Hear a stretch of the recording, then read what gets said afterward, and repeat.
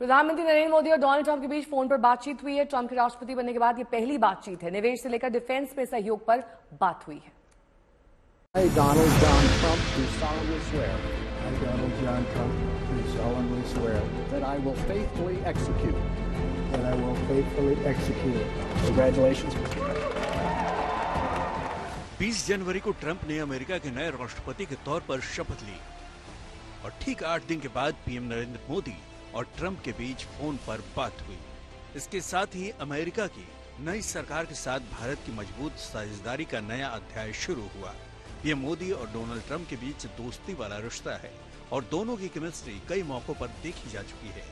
सोमवार को दोनों की बात में भी इसकी झलक दिखी। बातचीत के बाद पीएम मोदी ने ट्वीट करके कहा, अपने मित्र राष्ट्रपति डोनाल्ड ट्रंप से बात करके बहुत खुशी हुई। उन्हें उनके ऐतिहासिक दूसरे कार्यकाल के लिए बधाई दी।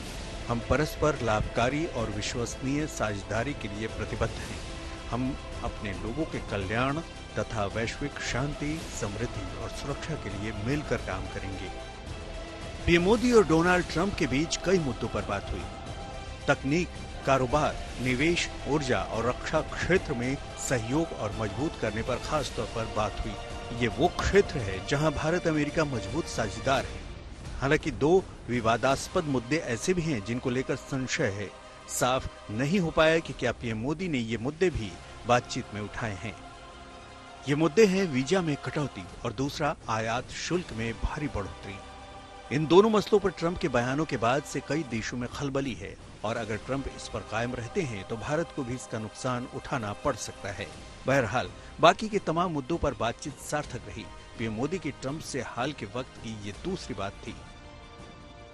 पहले पीएम ने 7 नवंबर को फोन कर बात की थी जब ट्रंप ने जीत दर्ज की थी और अब कल 28 जनवरी को कई क्षेत्रों में सहयोग पर बात हुई। विदेश मंत्री एस जयशंकर ने अमेरिकी सरकार के निमंत्रण पर 20 जनवरी को ट्रंप के शपथ ग्रहण समारोह में भारत का प्रतिनिधित्व किया था और वो ट्रंप के लिए प्रधानमंत्री नरेंद्र मोदी का पत्र लेकर गए थे। ट्रंप के शपथ ग्रहण के बाद भी पीएम मोदी ने ट्वीट कर उन्हें बधाई दी थी। आज तक ब्यूरो। सेकुलर मतदाता केजरीवाल को वोट दें। मैं मौलाना बदरुद्दीन अजमल, एक्स एमपी, एयूडीएफ का प्रेसिडेंट, तमाम देहलू के सेकुलर वोटरों से गुजारिश करता हूं कि मेहरबानी करके मुल्क के हालात खराब होते जा रहे हैं, हो चुके हैं, इसलिए सेकुलर वोटों को बांटने न दें, बंटने भी न दें और अपने सारे वोट जितना हो सके मुमकिन जमा के आम आदमी के पार्टी को दीजिए और केजरीवाल साहब को फिर से हुकूमत बनाने के मौका दीजिए। इंशाअल्लाह उनके पिछले दिनों के जो काम है वो लोगों ने बहुत सराहा है। 2 मरतबा जिता चुके हैं, इस मरतबा भी उनको जिताइए और वो चीफ मिनिस्टर बन के आपकी खिदमत कर सकें, ये मेरी गुजारिश है। एक और महत्वपूर्ण बात, इंडी गठबंधन को एक नया साथी मिल गया है।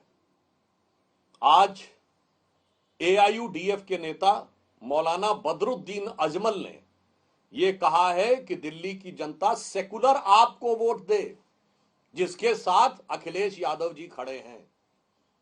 मैं देश और दिल्ली की जनता को बताना चाहता हूं कि मौलाना बदरुद्दीन अजमल की पार्टी एआईयूडीएफ बांग्लादेशी घुसपैठियों की समर्थक पार्टी मानी जाती है। ये लगातार असम के उसी क्षेत्र से सांसद चुनकर आते रहे जिसके क्षेत्र के बारे में असम और पूरे पूर्वोत्तर में आप जाइए तो उसे मिनी बांग्लादेश कहा जाता है। उन बदरुद्दीन अजमल का सीधे अखिलेश यादव और आम आदमी पार्टी को सपोर्ट करने का आह्वान करना दिखाता है कि अब दूध का दूध, पानी का पानी हो गया है। बांग्लादेशी घुसपैठियों के सहारे जो चुनाव जीतने का ख्वाब आम आदमी पार्टी पाल रही थी और इसीलिए ये फर्जी वोट बनवाना, उनको साथ में रखना, अब ये पर्दे के पीछे का खेल पर्दे के सामने आ गया है बदरुद्दीन अजमल के इस बयान के बाद।